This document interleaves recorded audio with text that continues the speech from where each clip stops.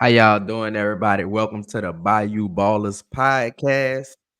We are in week 3 of the NFL season. Well, week 4. We just passed week 3, but I'm your host, Tay. My guy Trey over there. How you doing, hmm brother? Man, I'm doing good, bro. Mhm. Midweek, almost Friday. Well, actually, tomorrow my Friday, so Okay, doing lucky pretty good. man. We at hump day right now. But we got a couple things we're gonna cover this show, hmm y'all. For our Saints fans, y'all stay to the end because we're gonna preview the Falcons game this week. Injury report looking real big, so we're gonna get into that. We about to recap week 3, and we're gonna give y'all a standout team that has been, I guess, surprising in a positive or a negative way so far. hmm Cover Thursday night football and review our game day locks. I'm a little jealous because this man has been 3-0 back-to-back weeks. So I gotta catch up. But what we're gonna do right now is basically recap week 3. And basically we're gonna go over some things that I guess just we're gonna start with the NFC. Basically, what you saw this week, hmm what caught your eye, things like that. So, what's something that hmm caught your eye this week from the NFC? Man, from the NFC, I'll say, I kind of think it goes into what the standout thing is the Vikings. Okay. Definitely was a team that, we kind of said we didn't really have too many expectations for coming into the year, Hmm. especially with Sam Darnold at quarterback. Like we figured he'd be the starting guy and Yep. he'd be somebody that, hey, maybe they trying to get a comp pick out of him, but the way he's playing, I don't even know if it's a sure thing that JJ McCarthy is going to be seeing the field next year. I mean, at this point, the only reason you can say it is because Sam Darnold's been poached by another team, but Yeah, he might get a he's bigger kind of Mayfield type deal. could, and he's picking up right where Kirk Cousins left off Hmm. in terms of the way Kirk Cousins was playing last year before his Achilles, and obviously Justin Jefferson has a lot to do with that. But when you take into account, I think J.J. Addison, I think he's still dealing with some injury issues. They still haven't gotten T.J. Hawkinson back. Hmm. What they're able to do offensively, and I haven't even touched on their defense. Brian Flores has been putting on a clinic just in terms of how he's been able to confuse some opposing offenses. Hmm. And people might say, well, they ain't played them by it. Well, they did play the San Francisco 49ers, and they had, and you know what that offense can look like. And the way they Hmm. were able to win that game and dominate that matchup, I mean, the Vikings might be a little bit more for real than maybe we and others have given credit for. Shout out my USC guy, man, Sam Darnold. Uh, this is Sam Darnold does though. I did say this though before I want to rephrase that. This is not what Sam Darnold does. Mm-hmm. I've said that like this is what he been his whole career, but he can get hot. But this is the Mm-hmm. most talent he has had, especially with Justin Jefferson. Jordan Addison hasn't really been in the fold, like you said. But Justin Jefferson, he can make a quarterback look double than what they are. It's Mm-hmm. basically like just throw it up there for me, and he gonna get it done. So hopefully he stays healthy. Um, but he's been showing out, We got Yeah. MVP Donald right now so far. Got his team to 3 wins. He got a good head Mm-hmm. start. Um, so that's a good surprising team for me. But I will say this: how do you the story so far for me has been through 3 weeks. I know the story with all last week was Bryce Young, but the Mm-hmm. Panthers did pick up their win against the Raiders. Mm-hmm. Raiders team who beat the Ravens last week. So I want to get your thoughts Yeah. on Andy Dalton taking over, bringing some stability to Carolina. I know Carolina is the punching bag of the Yeah. lead, but they did put up 36 points. Mm-hmm. So what does that say about Bryce Young? Because all I heard was Carolina doesn't have any weapons. They don't have Mm-hmm. this. Look at them. David Tepper is Yeah. this. What do you think about last week's performance for Well, them this I past say this. Look, I won't be fooled by Andy Dalton again. I think week? we've, Hmm. for those of us Saints fans that are familiar, and probably some Cowboys fans too, before you got to us, you'll have some moments like this Hmm. from a veteran quarterback, but he eventually comes down to earth, which is fine. Right. And Bryce is my guy. I'm a Bama guy, so, but I wasn't necessarily in the audience of people that were kind of beating down Carolina Panthers, mainly because after those first 2 weeks, I think they had given the second fewest pressures. Hmm. And I believe that second game they had only given up four pressures that entire game. So clearly, there were some things happening with Bryce that they weren't seeing. And just hearing Coach Canales kind of talk about it, I felt like he was speaking less about what was being seen on the field and more so what was being seen Monday through Friday. And I Mm-hmm. think sometimes you need to just sit back and let him learn how to prepare for a week Mm-hmm. and for a game day. And I think Andy Dalton can do that, just being a veteran. And I think that showed. And I felt like we probably gave the Panthers a little bit more ammunition to play well this past Sunday because everybody was just beating down the roster saying, man, they suck here, they suck there, should they Mm-hmm. suck everywhere. And I think they kind of made it a mission for themselves to kind of play up. And they have some pretty winnable games coming up in the next two. I think it's the Bengals and can't remember who else they have coming up. So we Mm-hmm. could see them win 3 straight with Andy Dalton as quarterback.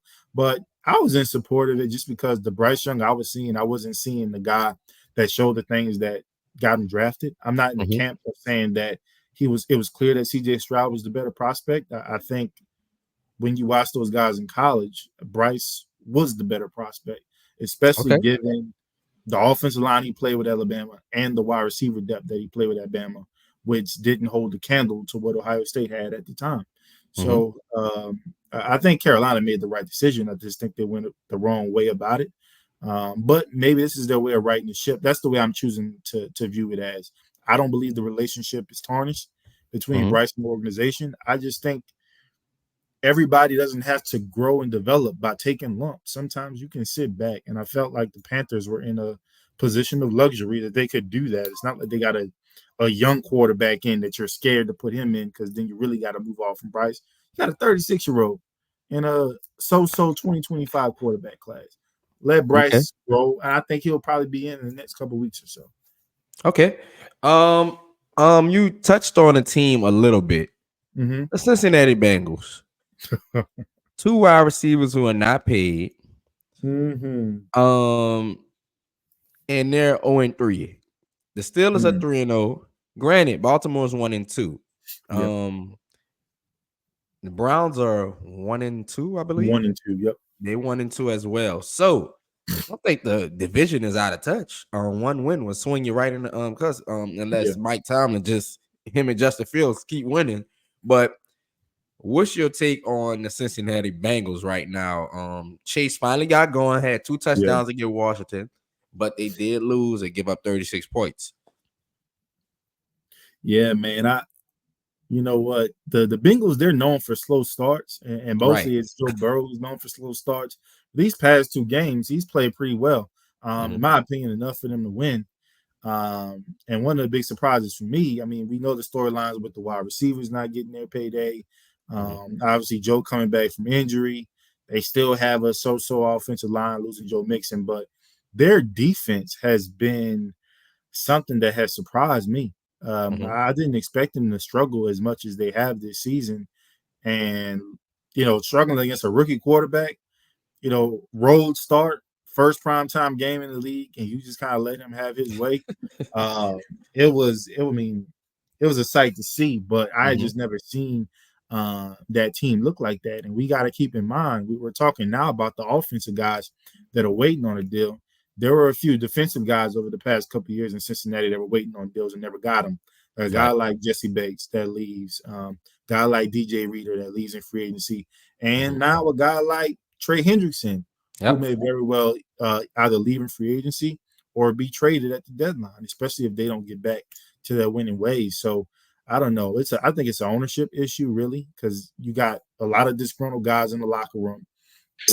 And because you're already known for having slow starts, I feel like it's bleeding over and things are increasing like tenfold than what they normally would be. 'Cause I think right now, like in a normal year, they'd probably be 1 and 2, kind of like the Ravens and the Browns, and then they'll start to pick up towards mid to end of the year. But starting off 0-3, maybe Carolina's their get right game, but I don't know. Yeah, they're definitely a surprise in a bad way. You're on mute. I said hopefully, but Carolina has a W. They don't. So Yeah. good luck to Joe Burrow though. So good luck to Joe Burrow and the Cincinnati Bengals. But I don't have no dog in their fight. But hey, it is what it is with them. They're in the AFC. Let's move on to recap our week 3 game day locks. I Yeah. was pull up this. I was trying to pull up. I mean, I updated the graphic, but look like I can't pull up the graphic, but I have it and I can read from it. Um, Okay. Overall season records for me, it is I am 6-4. Okay. Ravens beat the Cowboys, the Giants, them damn Browns. They beat the. I picked the Browns over the Giants. Daniel Jones, him and Malik neighbors. But the Bills demolished the Jaguars, so that put me at 2-1 for this week. Okay. My guy Trey, he is 7-2 with back-to-back undefeated weeks. I should have never gave you these matchups. I don't know You should why not I gave you these, especially the Seahawks Dolphins. I was not thinking of this for at two. all. I was not thinking. Steelers over Chargers. Justin Herbert was banged up. He eventually left the game. Um, and the Colts over the Bears. You went 3-0, my guy. You knocked it out. Next week, I'm giving you a hallway. I'm gonna Okay. give you some hard choices.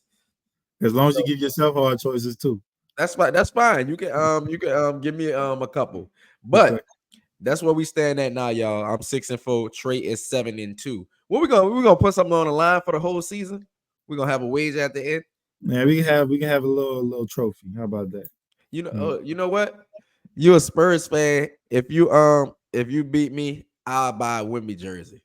Okay. I wear a Wemby jersey. If not, you gotta wear who you don't like in NBA.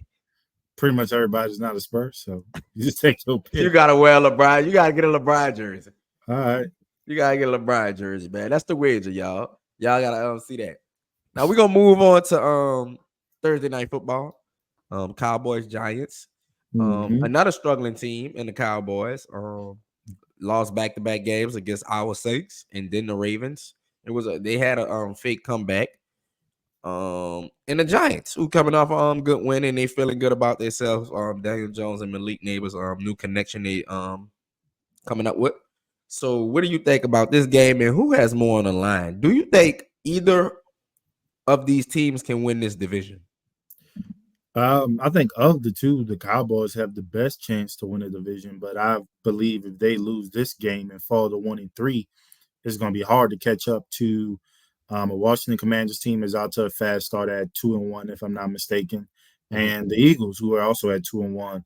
They're probably the most talented team in this division. So the Cowboys, if they want to stay in the race, they're going to have to win tomorrow.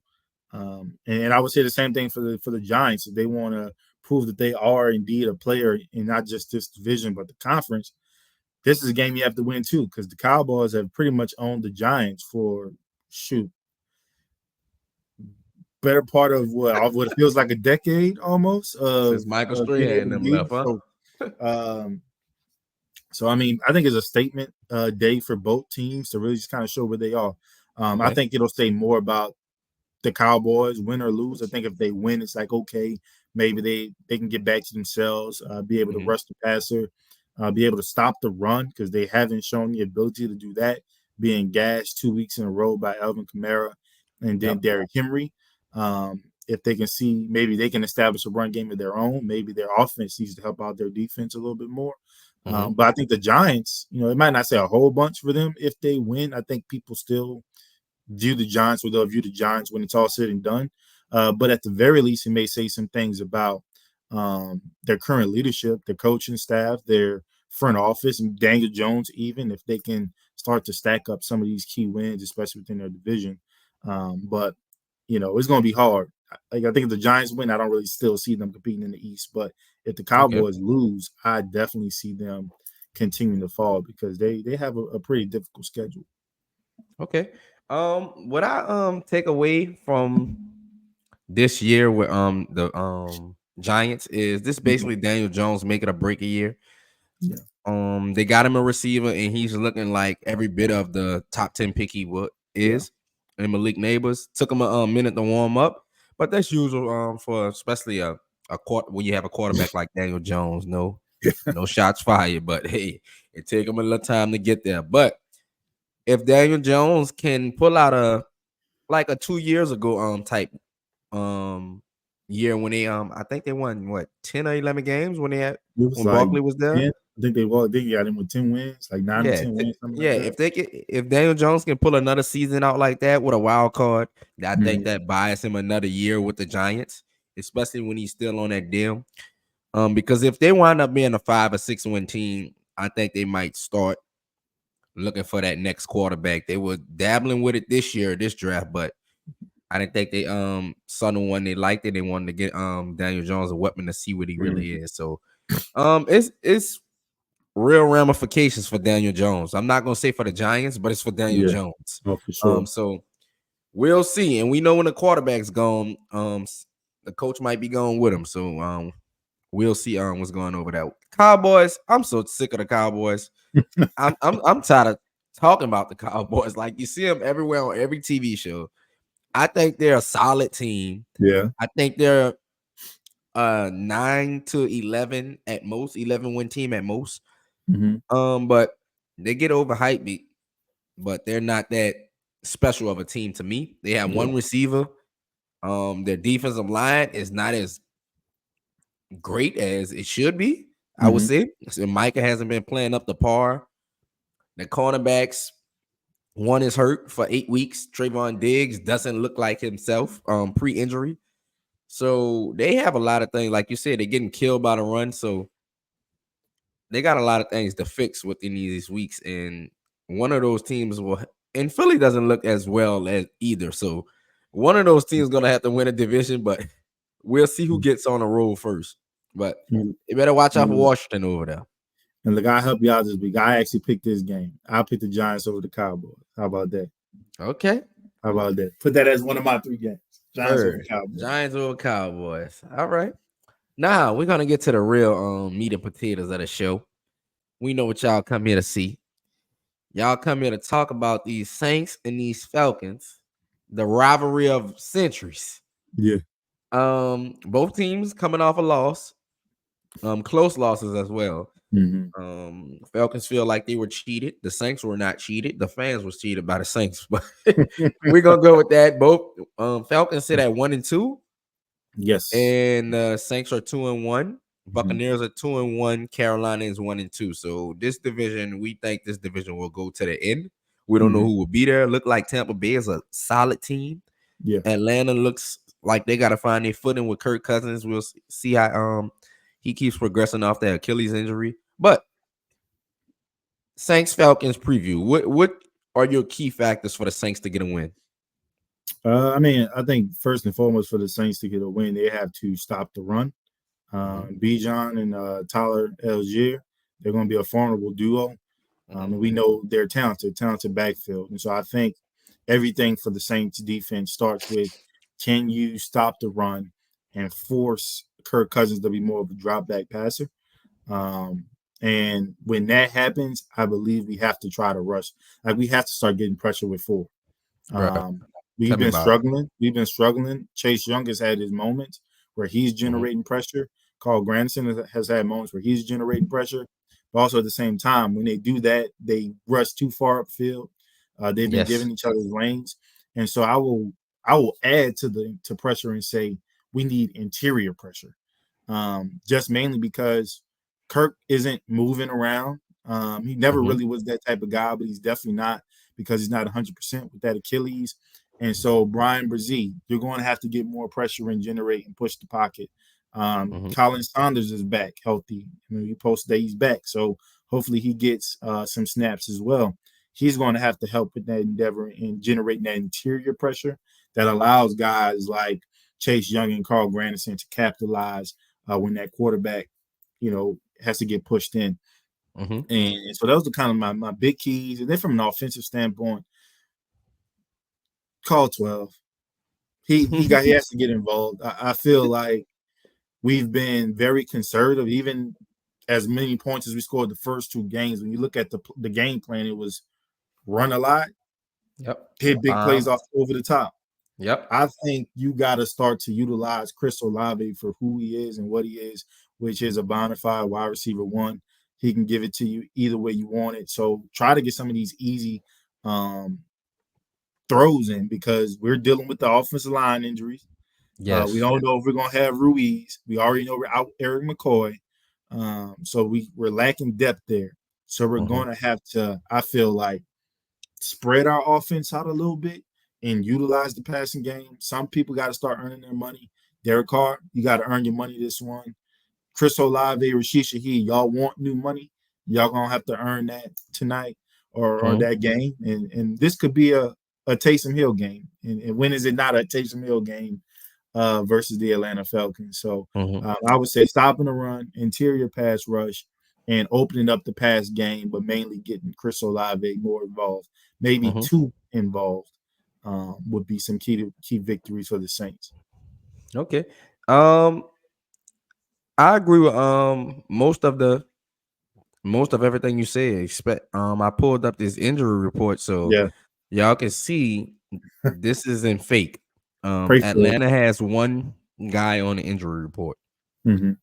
and it's Wednesday. Hey, it might change. Somebody might get nicked in practice. They might just throw him on there, but these are rotation players for the Saints. I'm saying that like it's the NBA, but these are Yeah, guys who play. Derek Carr, get him off there. I don't want to even see that up there. Please right. take him off. Taysom Hill, Chess, he missed last week game, but he was a full participant. So that looked like it's going the right way. We Mm-hmm. have this special teamer, but DeMarco Jackson, Calf Limited, Colin Sanders, big in the middle. You mentioned him. Brian Brzee needs somebody next to him to generate pass pressure. Pass pressure is key. Mm-hmm. Don't let Kirk Cousins step up. Let him run out the pocket because that's best for our defensive ends. If we can't tackle Kirk Cousins in open space, I don't know what's going on. Man, I might text you out. I might text you soon as that happens. If one of us whiff on attack on Kirk Cousins, bro, that might just be the end of me. But Landon Young, backup tackle, his foot hurt. Alante Taylor, he was sick, so that's probably not too big of a deal. Demario Davis hamstring, watch out for that. I didn't see nothing last game that seen him nicked up. Alvin Kamara, hips, rib, and Ruiz, the big one. We already down Eric McCoy, and we don't know if Ruiz will play. Yeah. Um, last game, who filled in for McCoy? Was it Udo? Udo? No, so the way they did it was Lucas Ruiz Patrick slid the went to center. center. Then Oh, they put Lucas Udo Patrick. at Okay. left guard. Okay. And when Ruiz got injured, they put Udo at right guard and put Nick Saldiveri at left guard. Okay. Um, what I think might be the roster concern, I'm just going to assume Cesar Ruiz plays because he did come back in the game to finish the game in that last drive. So I think he's they probably just want to give him a rest day, maybe has some swelling or something. So they want to just kind of monitor that. But I think he will play.